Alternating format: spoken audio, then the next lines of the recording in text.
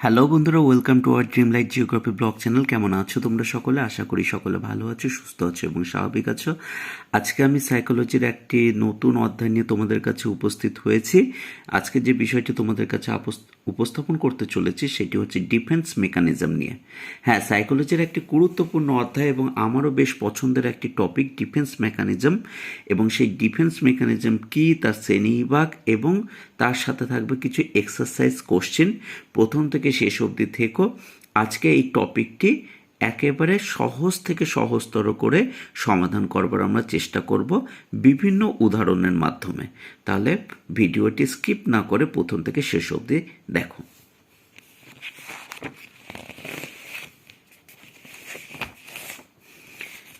আচ্ছা বন্ধুরা, এখানে আমি লিখেছি ডিফেন্স মেকানিজম। তো এই যে সাইকোলজির একটা গুরুত্বপূর্ণ অধ্যায় ডিফেন্স মেকানিজম, এই ডিফেন্স মেকানিজম সেটির অপর আর একটি নাম আছে যেটাকে আমরা বলে থাকি মেন্টাল মেকানিজম। এই ডিফেন্স মেকানিজম বা মেন্টাল মেকানিজম কথাটি সর্বপ্রথম ব্যবহার করেন সিগমন্ড ফ্রয়েড।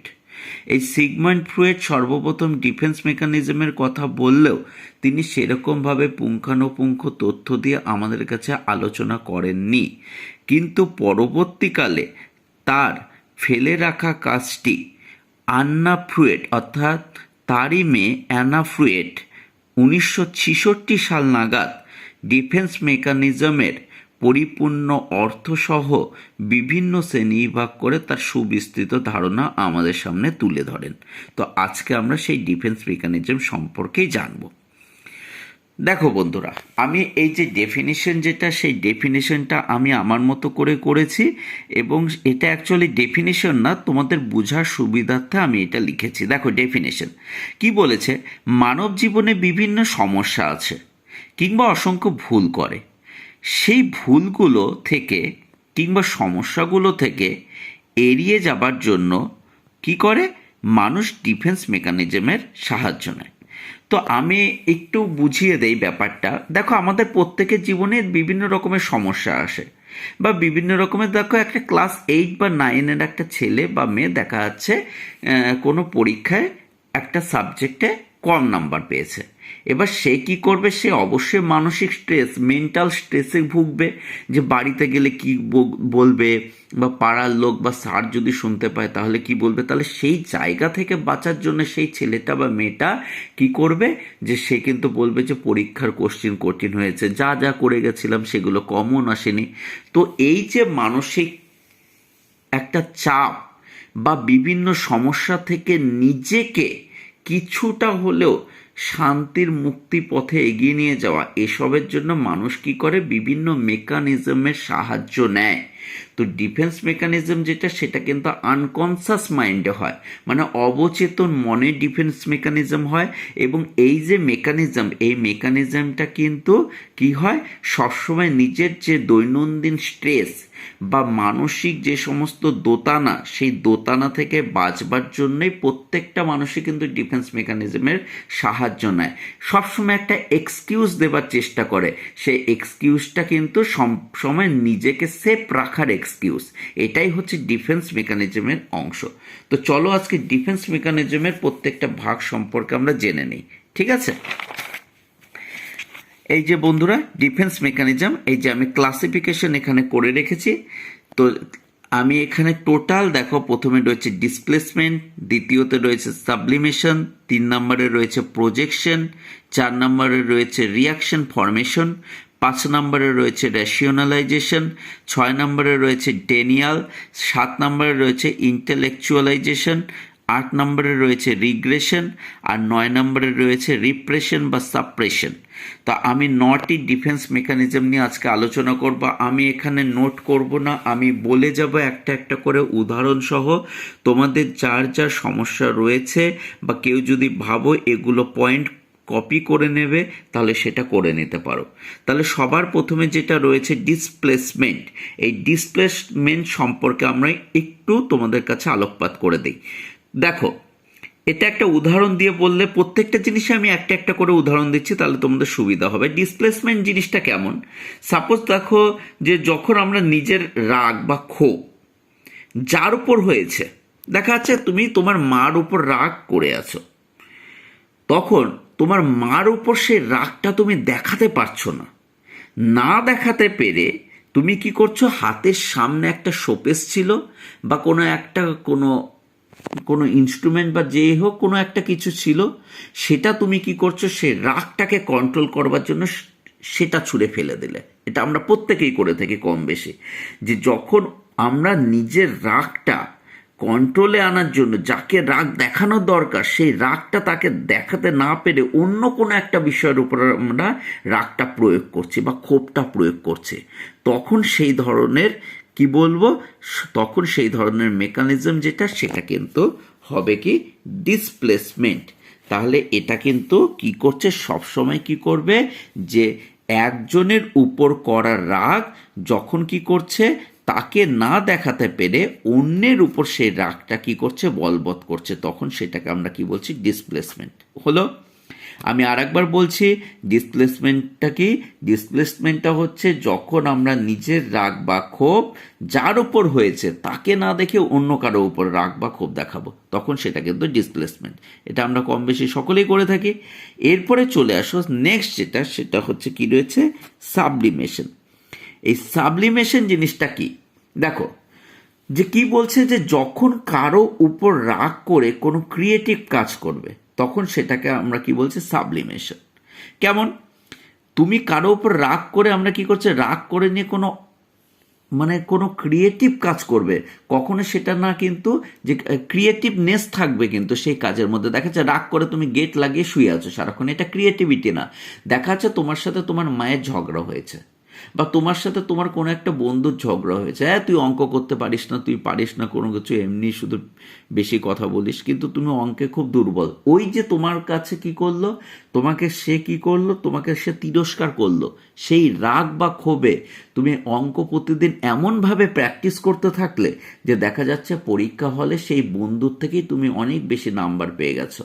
এটা কি, তুমি কারো উপর রাগ করে তুমি এমন কিছু ক্রিয়েটিভিটি কিছু করে ফেলছো।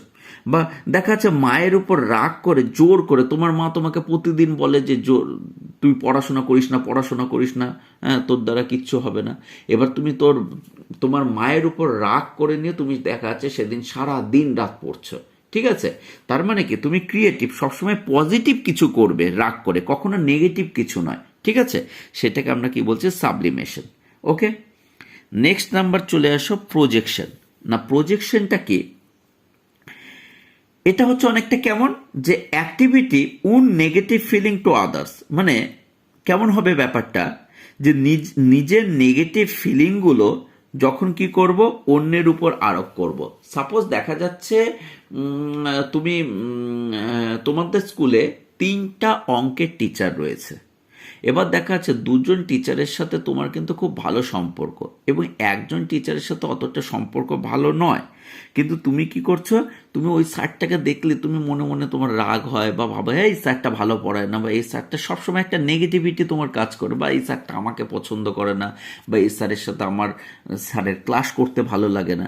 সবসময় আমরা কি করছি বলো তো, নিজের নেগেটিভ ফিলিংগুলো অন্যের উপর চাপিয়ে দিচ্ছে, যে ওই স্যারের উপরই কি রয়েছে, আমার সেই স্যারের ক্লাসটাই পছন্দ হয় না, কিন্তু আমরা কি বলে দিচ্ছি, যে নিজের নেগেটিভ ফিলিংগুলো অন্যের উপর আমরা আরোপ করে দিচ্ছি। আচ্ছা এই স্যারটাকে ভালো ক্লাস করায়, মানে তুমি নিজে থেকে কিন্তু স্যাটিসফাই নাও, কিন্তু অন্যের উপর ফিলিংটা তুমি দেখাচ্ছ, নেগেটিভ ফিলিংটা, কিন্তু অ্যাকচুয়ালি তোমারই কিন্তু দুর্বলতা সেই স্যারের উপর রয়েছে, যে সেই স্যারই হয়তো অতটা ভালো ক্লাস করায় না, ঠিক আছে।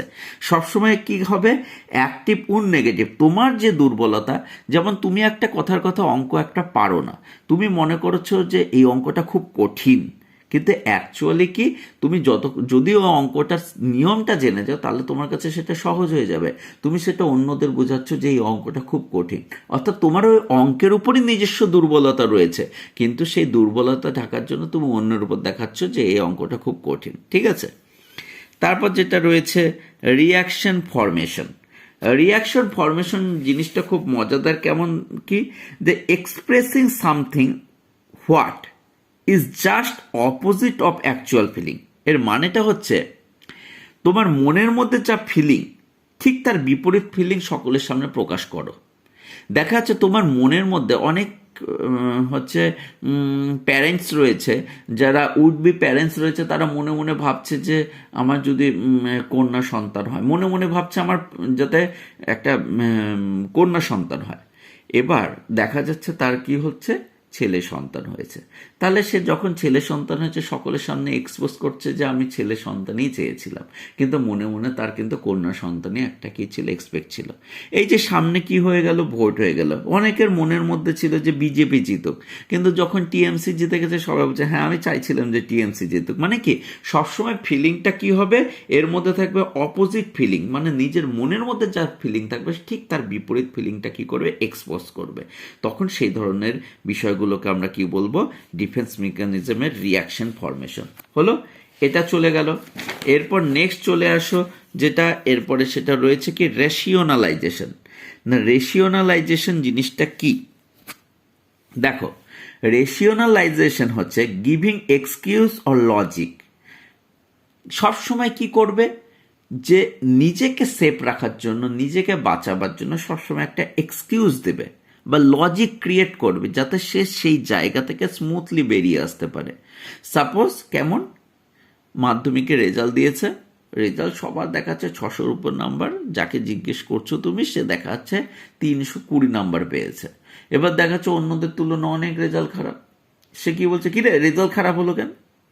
সাথে সাথে সে 1 সেকেন্ড না অপেক্ষা করে সাথে সাথে বলবে কমন পায়নি, কমন পায়নি সে। মানে কি গিভ এক্সকিউজ, সে নিজেকে বাঁচার জন্য সে সবসময় একটা কি করবে, এক্সকিউজ দেওয়ার চেষ্টা করবে। যখনই নিজে সেফ থাকার জন্য এই ধরনের এক্সকিউজ বা লজিক তৈরি করবে তখনই সেটাকে আমরা কি বলছি, রেশিওনালাইজেশন। ক্লিয়ার? এরপরে চলে আসো যেটা, সেটা কি রয়েছে, ডেনিয়াল। ডেনিয়াল জিনিসটা কি না, ডেনিয়াল হচ্ছে সবসময় কি করবে, সত্যকে অস্বীকার করবে। এই যে প্রকৃত সত্য সেটা তার কাছে সেটা সব থেকে বেশি তিক্ত লাগবে। কেমন, কার কাছে প্রকৃত সত্য তিক্ত লাগে? যার যে কি যে সমাজে ক্রাইম করছে তার কাছে প্রকৃত সত্য সে তার কাছে তিক্ত লাগবে। কেমন কি, কোনো মাদক দ্রব্য অ্যাডিক্টেড ব্যক্তি, কোনো দেখা যাচ্ছে কোনো ব্যক্তি অ্যাডিক্টেড, দেখা যাচ্ছে সে সবসময় মদ খায়, তাহলে সবসময় মদ খাওয়ার ব্যাপারটা যে হানিকর কিন্তু সে কিন্তু তা ডিনাই করবে। যে কি রে সবসময় দেখাচ্ছে সে ঘুম থেকে উঠে নিয়েই মদ খাচ্ছে, সবসময় মদ খেয়ে থাকছে। ওকে তুই যদি বলিস এই মদ খাস না, মদ খেলে লিভার নষ্ট হয়ে যায়, এটা সেটা, ও সেই জিনিসটা কানে নিবেই না, ওর কান অবধি যাবে না। সে বিভিন্ন কথা বলে সেই জায়গা থেকে কি করে যাবে, কথাটাকে ঘুরিয়ে দেবে। তার মানে কি সবসময় সে ডিনাই করছে, মানে সেই প্রকৃত সত্যটাই তার কাছে সব থেকে বেশি কি তিক্ত। অনেক সময় বলে ফেলবে বেশি জ্ঞান দিস না, নিজের চরকায় তেল দে। এই ধরনের ব্যাপারগুলো কিন্তু ডেনিয়াল। ঠিক আছে, সবসময় সত্যকে অস্বীকার করবে।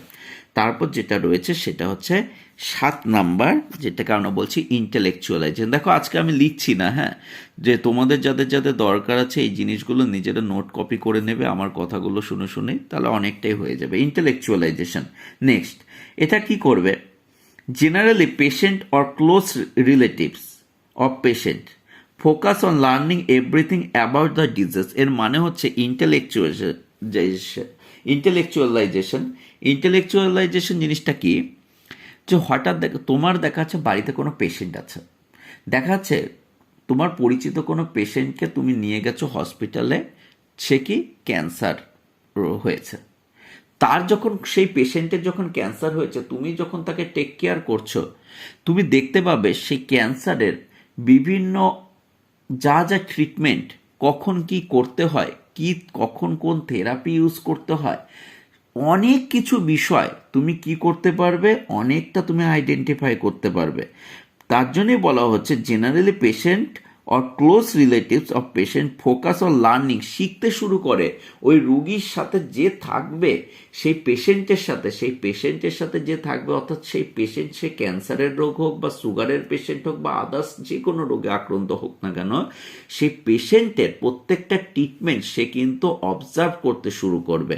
অর্থাৎ সেও কিন্তু অনেকটা জ্ঞানী, অর্থাৎ তার কিন্তু ইন্টেলেকচুয়াল অ্যাবিলিটি বেড়ে যাবে সেই নির্দিষ্ট পেশেন্টের অসুখটি সম্পর্কে অনেক কিছু তার জ্ঞান হয়ে যাবে। তুমি দেখবে তোমার বাড়িতে যদি কোনো অসুস্থ রোগী থাকে, তাকে যদি তুমি দীর্ঘদিন ধরে তাকে বিভিন্ন মেডিসিন দিয়ে তাকে যদি বিভিন্ন রকমের টেক কেয়ার করতে থাকো, তাহলে তুমি দেখতে পাবে তুমি সেই অসুখটা সম্পর্কে অনেক কিছু জানতে পারে যাবে। তার সিমটম দেখে বুঝে যাবে যে এর এই জিনিসটা হচ্ছে। তার মানে কি, তুমি লার্ন করছো, তাকে অবজার্ভ করছো, তাকে কেস স্টাডি করছো, বা সেই অসুখটা সম্পর্কে তুমি কেস স্টাডি করছো। এটা কিন্তু ইন্টেলেকচুয়ালাইজেশন।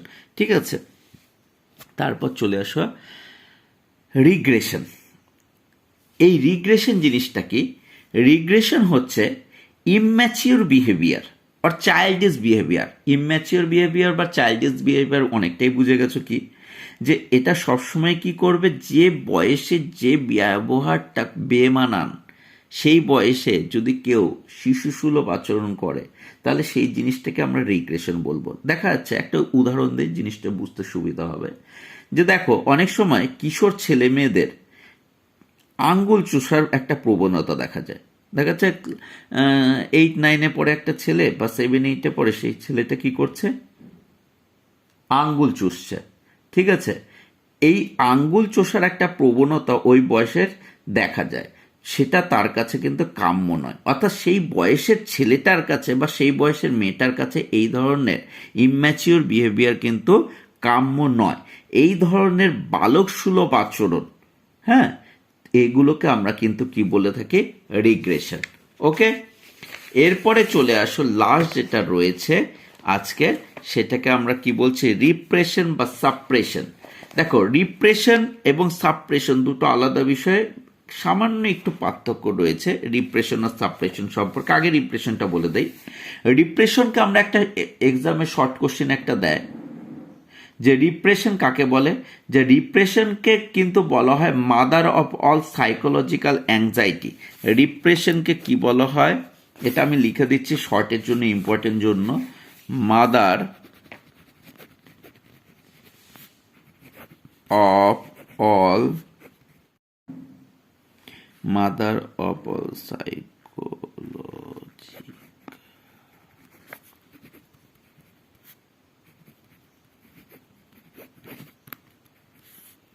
ওকে, mother of all psychological anxiety, এটা হচ্ছে সব রকম বিদ্বেষ তৈরি হয় এই স্তরে, সব রকমের বিদ্বেষ তৈরি হবে এই রিপ্রেশন স্তরে। রিপ্রেশন হচ্ছে অবদমন।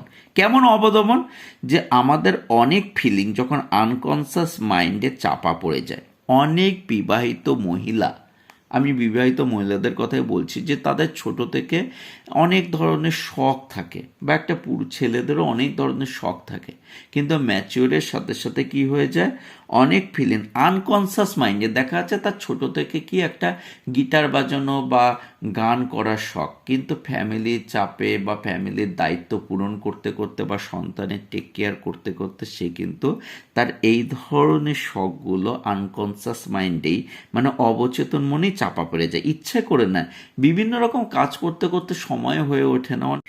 এটা এটা প্রত্যেকের মধ্যেই দেখা যায়, যে বাবা মাদের যাদের ম্যাচিওরের সাথে সাথে সাথে ছেলে মেয়েদের মানুষ করার তাগিদে নিজেদের ছোটোখাটো অনেক চাহিদাগুলো সংসারের বোঝা টানতে গিয়ে অনেক, এগুলো সব আনকনসিয়াস মাইন্ডে চাপা পড়ে যায়।